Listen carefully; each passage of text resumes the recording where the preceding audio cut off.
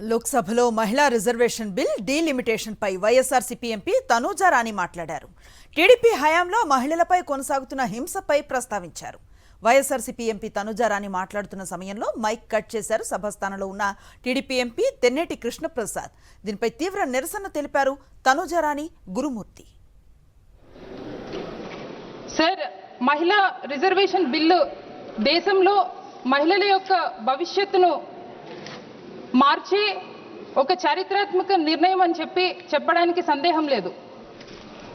ఎత్ర నార్యేషు పూజ్యంతే రమంతే తత్ర దేవతః అంటే ఎక్కడైతే మహిళలు గౌరవింపబడతారో అక్కడ దేవతలు కొలువై ఉంటారు.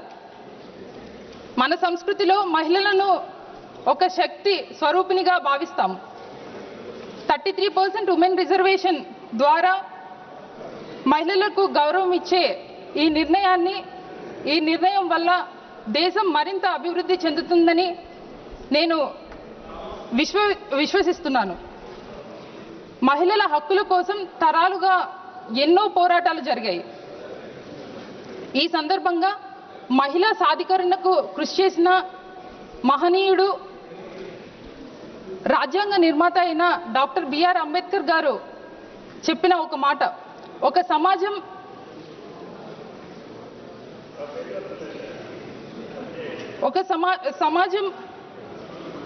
ముందుకు వెళ్తుందో అంచనా వేయాలంటే ఆ సమాజంలో మహిళలు ఎంత ముందుకు వెళ్తున్నారో చూడాలి అని.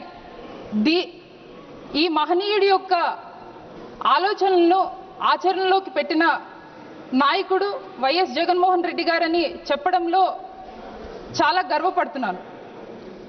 సార్, మహిళలకు 50% రిజర్వేషన్ని అందించాలనే ఆలోచించడమే కాకుండా 2019 నుండి 2024 వరకు అది అమలుపరిచి చేసి చూపించారు. ఆంధ్రప్రదేశ్ రాష్ట్ర చరిత్రలోనే తొలిసారిగా ఒక మహిళను డిప్యూటీ సీఎంగా, ఒక మహిళను హోమ్ మినిస్టర్గా, క్యాబినెట్లో 4 మహిళలను మంత్రులుగా చేసి చూపించి మహిళల యొక్క గౌరవప్రదమైన ప్రాతినిధ్యం కల్పించారు. లోకల్ బాడీ ఎలక్షన్స్లో నామినేటెడ్ పోస్టుల్లో, సర్వీస్ కాంట్రాక్టుల్లో 50% మహిళలకు అవకాశం కల్పించారు. అంతేకాక